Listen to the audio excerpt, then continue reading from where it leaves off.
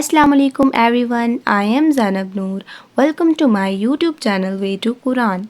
Now our topic is Tajweed lesson number 8 गुन्ना. अब बहुत से लोगों ने गुन्ना का नाम तो सुना ही होगा. एक गुन्ना होता है कुरान मजीद में मीम और नून के ऊपर. नाउ हम इसको अब डिस्कस करेंगे गुन्ना क्या होता है और हमने उसको कब कब अदा करना होता है नून और मीम पे. अब गुन्ना का मतलब है बिन बिनाहट. नाक का जो बांसा होता है उससे आवाज़ निकालने को हम कहते हैं गुन्ना. बिन बिनाहट की आवाज़ से ये वाली जो साउंड है ये निकालने को हम कहते हैं गुन्ना. जब भी हम जैसे हम थोड़ा सा गुनगुनाने की बजिंग साउंड भी इसको हम कह सकते हैं. आवाज़ को नाक में कुछ देर ठहराना उसको गुन्ना कहा जाता है. जैसे थोड़ी देर हमने नाक के बांसे में आवाज़ को नाक के बांसे से आवाज़ को निकालना है.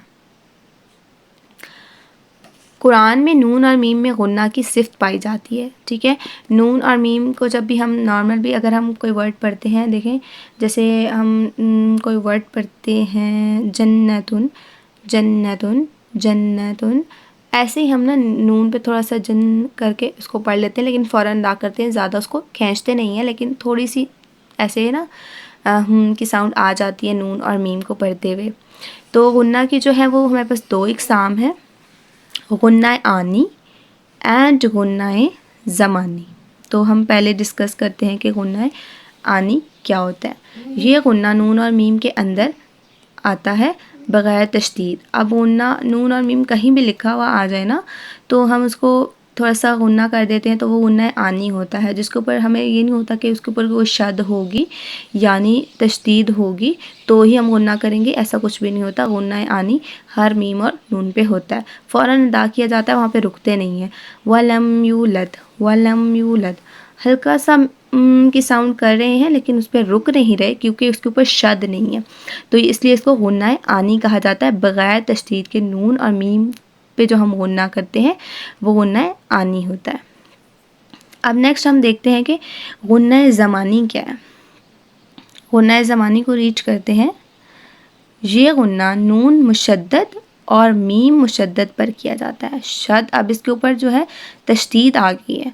गुन्ना ज़मानी हम तब करेंगे जब नून और मीम के ऊपर तशदीद पाई जाएगी.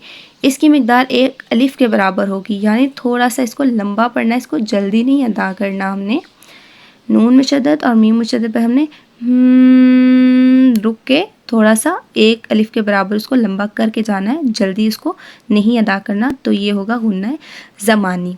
इसकी एग्ज़ाम्पल हम पढ़ते हैं. मीम मुशद्दद में सुम्मा सुम्मा. अब यहाँ पे हमने की साउंड निकाली, थोड़ा सा रुक के हमने पढ़ा, तो ये था गुन्ना ज़मानी. नून को देख लें. जन्नतुन जन्नतुन, यहाँ पे हमने थोड़ी देर नाक से आवाज़ निकाली है, तो इसको हमने कहा कि ये गुन्ना ज़मानी है क्योंकि मीम शद है, नून भी शद है, इसलिए हमने कहा ये गुन्ना ज़मानी है और इसकी मिक़दार एक अलिफ़ के बराबर है, इसको जल्दी नहीं हमने अदा करना. और जो गुन्ना आनी है उसके ऊपर कोई शर्त नहीं है कि उसके ऊपर तशदीद होनी चाहिए नून और मीम के ऊपर, उसको हमने फ़ौरन अदा करना होता है. आई होप कि गुन्ना का आज का लेक्चर आपको समझ में आया होगा. अगर आपका कोई क्वेश्चन है तो आप कमेंट में मुझसे पूछ सकते हैं. Thanks for watching.